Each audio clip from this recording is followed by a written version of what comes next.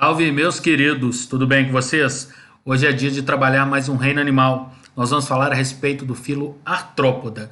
Na tradução literal do nome, nós temos o seguinte: artro significa articulação e podos, pés. Animais com pés articulados. Dentre eles, insetos, crustáceos, aracnídeos. Alguns exemplares a gente consegue ver aqui, como por exemplo a mosca, a lagosta, dentre outros animais que nós vamos abordar ao longo dessa aula. É o reino mais diverso dentre os animais. Então nós temos vários exemplares a serem citados.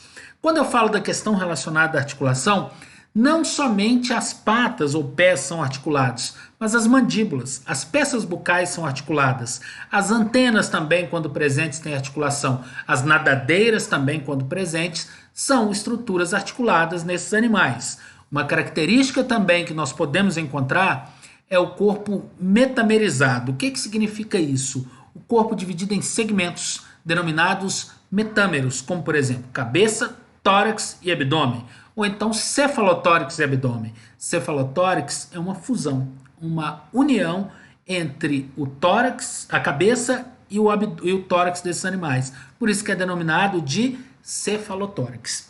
A presença de uma estrutura protetora no corpo, denominada exoesqueleto, também é uma característica de extrema importância na evolução e no segmento desses animais, porque esse exoesqueleto de quitina, que é um carboidrato, traz proteção ao corpo desses animais. Outras características gerais que nós já podemos citar para vocês é que eles são animais que apresentam três folhetos germinativos, já citados também em aulas anteriores. São eles endoderme, ectoderme e mesoderme. Com esses três folhetos germinativos, eles são considerados como animais celomados. Apresentam celoma, aquela cavidade interna, para que haja a estruturação dos órgãos desses animais. Como são animais de digestão completa, que apresentam boca e ânus, eles podem ser classificados como animais protostômios. Animais protostômios são aqueles que, na formação do tubo digestório, a primeira estrutura a se formar é a boca, posteriormente o ânus. Tá? Em termos de simetria, simetria é um plano provável, hipotético de divisão corpórea. Eles são animais de simetria bilateral, ou seja, um plano de divisão do corpo em duas metades especulares. Eles vão habitar os mais diversos ambientes de nosso planeta, tanto ambientes aquáticos quanto ambientes terrestres.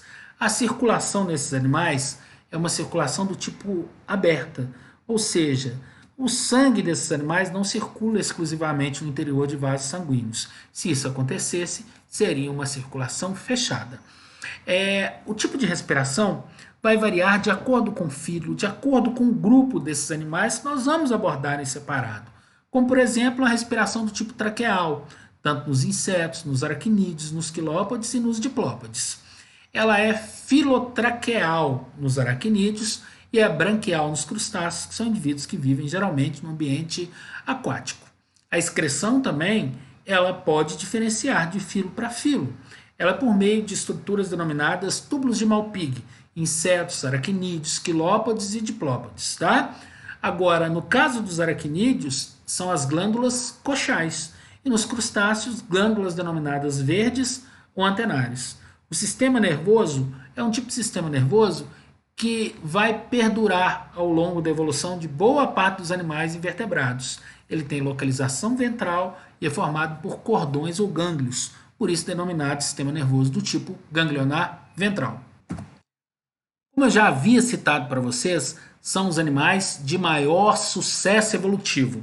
Se a gente aborda o número de espécies atuais no nosso planeta, cerca de 80% dessas espécies são espécies de artrópodes, habitando os mais diversos tipos de ambiente, desde regiões frias, regiões congeladas, ambiente aquático, ambiente terrestre, regiões muito áridas e por aí vai.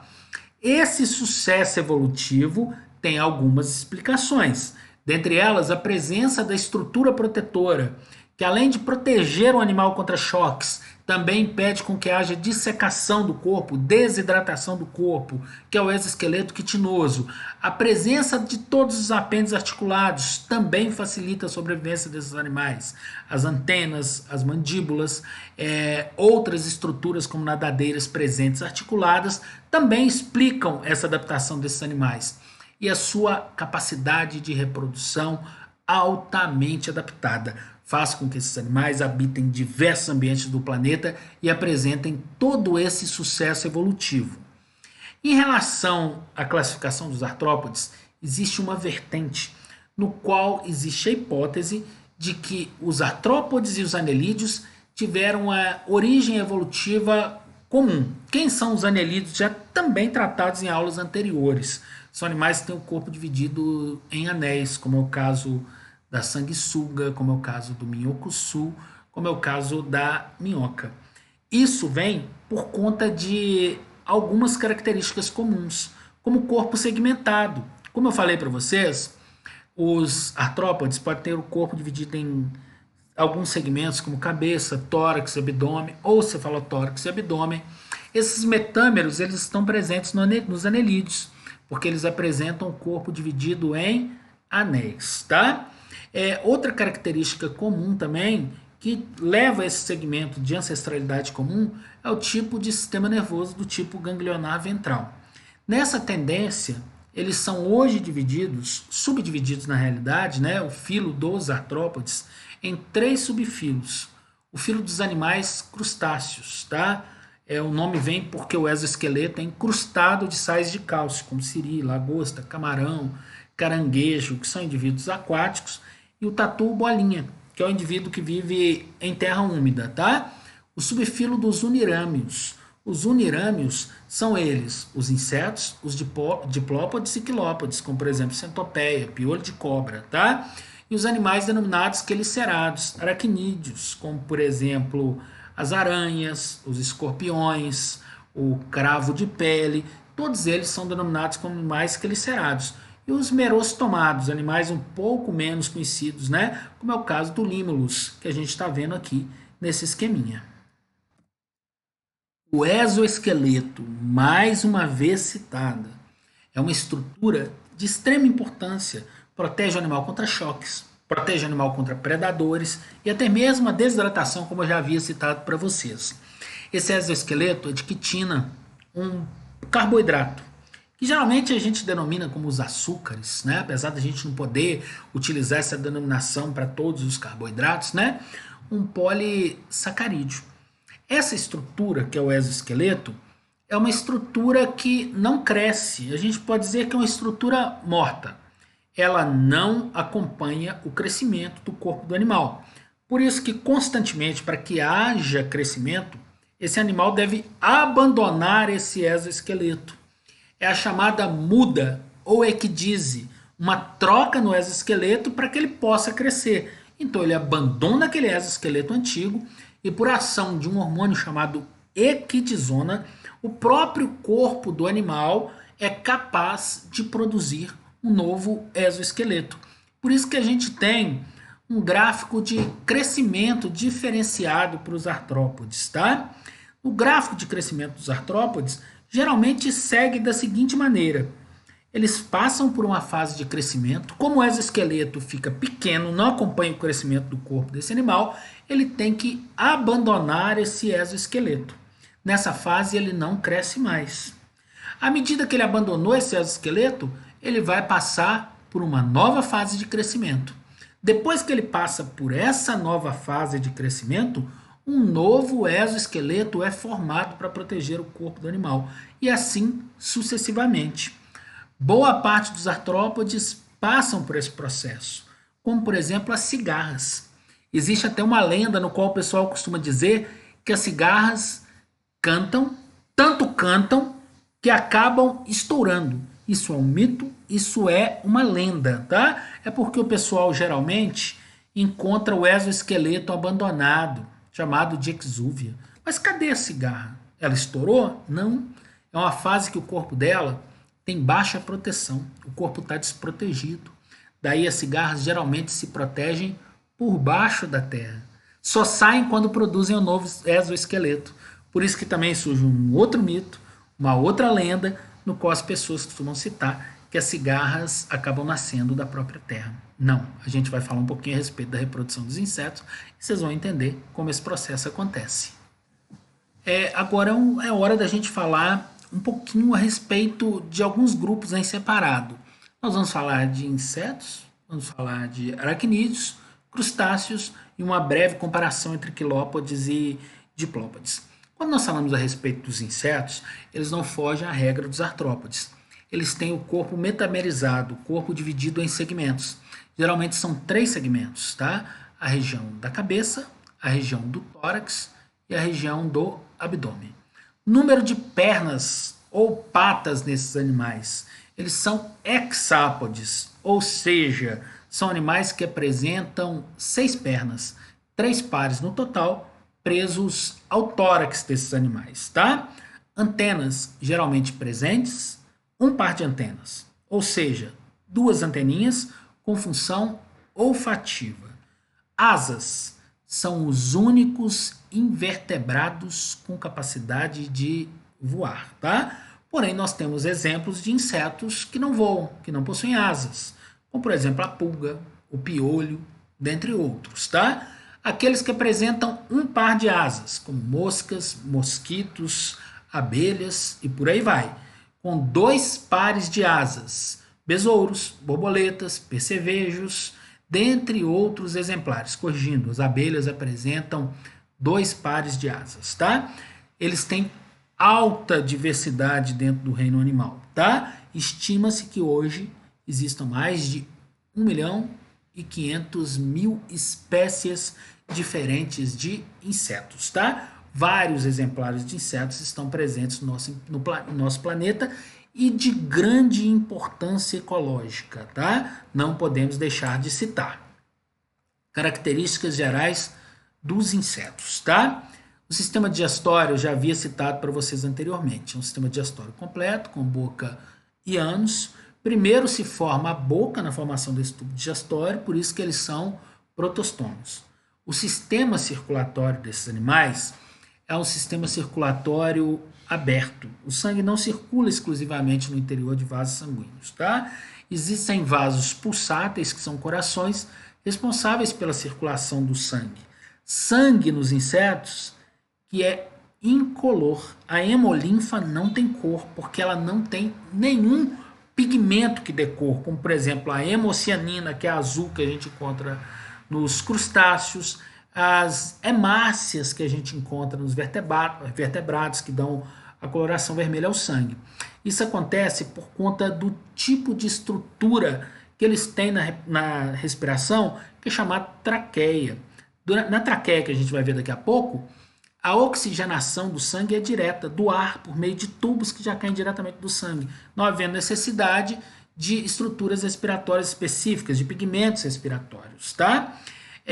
A estrutura excretora, responsável por eliminar o que não é mais necessário depois da filtração desses líquidos no corpo desse animal, a estrutura chamada túbulo de Malpighi, tá? O nome túbulo de Malpighi vem por conta do italiano Marcello Malpighi. E o sistema nervoso é o sistema nervoso que eu havia citado anteriormente para vocês. São cordões nervosos que se espalham ao longo do corpo desses animais, tá? Aqui está a respiração que eu falei para vocês, traqueal. Essa estrutura está presente em todo o corpo desses animais. São estruturas onde o ar entra pelos chamados espiráculos, que são orifícios externos, tá? Passa pelas traqueias. O oxigênio vai direto para os tecidos e a troca gasosa é direta. O CO2 sai diretamente para o ar atmosférico, tá? Muitos insetos, eles têm olhos compostos. Esse olho composto é formado por milhares de pequenas estruturas chamadas omatídeos, que são capazes de capturar imagens, de transmitir imagens, tá? Transmitem na forma de impulsos nervosos. Vai diretamente ao gânglio, chamado de gânglio cerebral, por meio de um nervo chamado nervo óptico, tá? Dando sequência no estudo desses animais, ainda em insetos, vou falar um pouquinho a respeito da reprodução. Eles são animais dioicos. O que significa isso? Eles têm dimorfismo sexual na sua grande maioria, machos e fêmeas, com a reprodução sexuada de fecundação interna. Botam ovos, daí aquela explicação lá da cigarra, né? São animais ovíparos. Agora, em relação ao tipo de desenvolvimento, ele pode ser direto ou indireto, tá? No desenvolvimento direto, não existe larva, não existe estágio larvário. Por exemplo, da pequena traça para a traça adulta, a única diferença que a gente vai encontrar é o tamanho dos animais, tá? Então a gente chama de desenvolvimento ametábulo ou desenvolvimento direto, sem larva. Nos indivíduos de desenvolvimento indireto, existem diferenças entre o indivíduo jovem e o indivíduo adulto, que não seja unicamente o tamanho, tá? Então existe desenvolvimento hemimetábulo, M de parcial, que é um tipo de desenvolvimento indireto, tá? No qual se formam as chamadas ninfas ou indivíduos jovens, tá? Eles sofrem metamorfose. Metamorfose é mudar, só que a metamorfose parcial, como por exemplo baratas, percevejos e gafanhotos. Se a gente observar a diferença, por exemplo, de um gafanhoto jovem, a ninfa, para o gafanhoto adulto, de uma barata jovem para a barata adulta, é somente a presença de asas, tá? O próximo desenvolvimento que a gente tem, que também é o desenvolvimento indireto, só que ele é chamado de holometábulo. Metábulo é metamorfose, holo total, tá? Nós temos várias diferenças do que a gente chama de fases iniciais até o indivíduo adulto. É o que acontece, por exemplo, nas borboletas, abelhas, moscas, mosquitos, besouros, tá? Do ovo sai a chamada larva. Da larva se desenvolve a pulpa. Da pulpa sai o indivíduo adulto. Exemplo, o mosquito da dengue, o Aedes aegypti. Ele tem o estágio larvário, aquela larvinha que fica nadando, e tem o estágio de pupa, aquele indivíduo que fica boiando na água. Ou, por exemplo, das borboletas, tá? Do ovo sai a lagarta. A lagarta é a fase larvária das borboletas e das mariposas, tá? Daquela fase larvária, a gente tem a pupa, que é o casulo. Depois do casulo, nós temos a jovem borboleta e posteriormente a borboleta adulta. Isso é uma metamorfose total, desenvolvimento indireto do tipo holometábulo.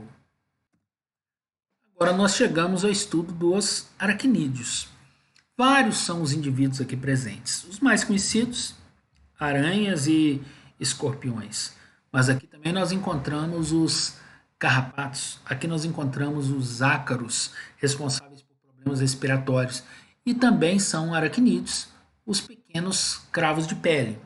Na divisão corpórea, a gente pode perceber que são dois metâmeros, dois segmentos. São eles, nesses dois exemplos, como vocês estão vendo, cefalotórax, uma fusão da cabeça com o tórax, e abdômen. Esses animais apresentam apêndices exclusivos, tá?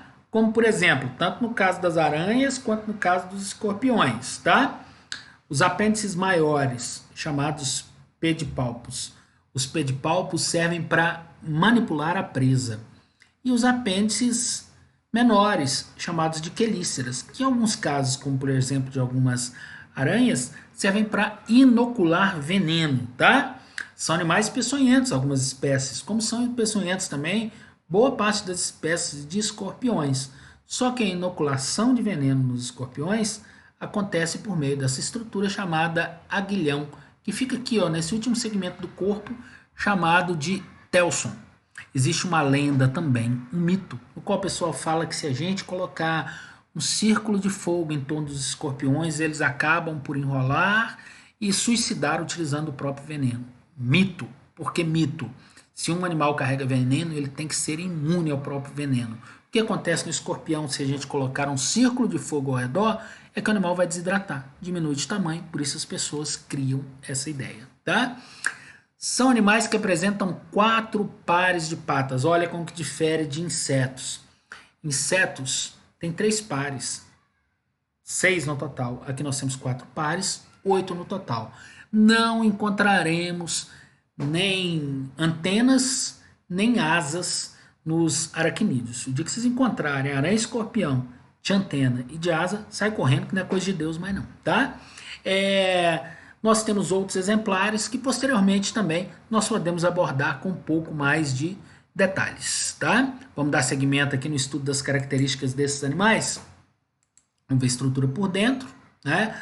Toda a estrutura do corpo desses animais. O sistema digestório desses animais é do tipo completo, não difere dos insetos, tem boca e tem ânus, tá? Circulação aberta também não difere, só que eles têm um pigmento respiratório diferente dos insetos, chamado de hemocianina, tá? O sistema respiratório, ele é um sistema respiratório também com as traqueias dos insetos, ou também por estruturas chamadas filotraqueias, um conjunto de traqueias que nas aranhas se localizam nas pernas, nas patas. Por isso são chamadas de estruturas respiratórias pulmonares, tá? O sistema excretor, sim, me desculpem, ele se localiza na região das pernas desses animais, são chamados de glândulas coxais, tá? E também existe excreção por meio das estruturas dos insetos, em alguns casos, por meio de túbulos de Malpighi, sistema nervoso do tipo ganglionar ventral, tá? Existe essa estrutura aqui, ó, essa glândula, em algumas aranhas, que serve para a produção do fio, né? São chamadas fiandeiras, para que elas possam construir as suas teias, tá? Em relação à reprodução, gente, a maior parte das aranhas e escorpiões tem reprodução sexuada com fecundação interna e botam ovos, tá? São ovíparos, tá? O desenvolvimento, na maioria das vezes, é sem larva, é direto, tá? Enquanto que os carrapatos têm estágio larvário, o desenvolvimento é indireto. Aqui a gente tem um exemplo de filhotes de escorpião no dorso do corpo da mãe. Beleza? Vamos lá. Agora é hora de falar da fisiologia dos artrópodes. Artrópodes têm o corpo dividido em dois segmentos, cefalotórax e abdômen, tá? O número de patas é variável, geralmente acima de 5 pares de patas, tá? Antenas são 2 pares ou 4, tá? 2 menores são chamadas antênulas e as 2 maiores que são antenas verdadeiras, tá? Em muitos crustáceos, tá? As patas que estão aqui no cefalotórax, elas são chamadas de pereópodes, que servem para andar. São essas maiores aqui. As menores abdominais, elas são chamadas de pleópodes. Elas servem tanto para andar, quanto também para nadar, no caso desses animais, tá? Aqui a gente vai dar sequência, cefalotórax e abdômen, como eu havia falado para vocês, ver a estrutura corpórea desses animais, tá? Sistema digestório, difere? Não. Completo, com boca e ânus. Sistema circulatório aberto, tem pigmento respiratório, a hemocianina, da mesma forma que os aracnídeos, tá? A respiração, como eles na grande maioria são indivíduos aquáticos, acontece por meio de brânquias. A excreção, ela é realizada por glândulas que ficam na base das antenas, chamadas glândulas verdes ou também de glândulas antenais. O sistema nervoso é comum a todos os outros, ele tem localização dorsal, são gânglios ou cordões nervosos, tá? Para a gente finalizar, nós temos aqui os quilópodes, como é o caso da lacraia, e os diplópodes, como é o caso do piolho de cobra, tá? Divisão do corpo, tá? No caso dos quilópodes, cabeça e um tronco dividido em vários segmentos. No caso dos diplópodes, cabeça, tórax e um tronco dividido em segmentos, tá? Número de patas. Quilópode, 1 par por segmento. Diplópode, 2 pares por segmento. Número de antenas. Quilópode, 1 par. Diplópodes, também 1 par. No caso dos quilópodes, como é o caso da lacraia, existem estruturas inoculadoras de veneno, chamadas fossípulas, que não estão presentes no piolho de cobra, por exemplo, que é um diplópode, tá? Os hábitos, me desculpem, tá? No caso dos quilópodes, como a lacraia, são indivíduos predadores. Já os diplópodes são indivíduos que vivem de detritos que eles encontram no ambiente, tá? Aqui nós temos características gerais muito comuns aos demais animais que compõem esse filo. Por hoje é só, pessoal. Um grande abraço e até a próxima aula.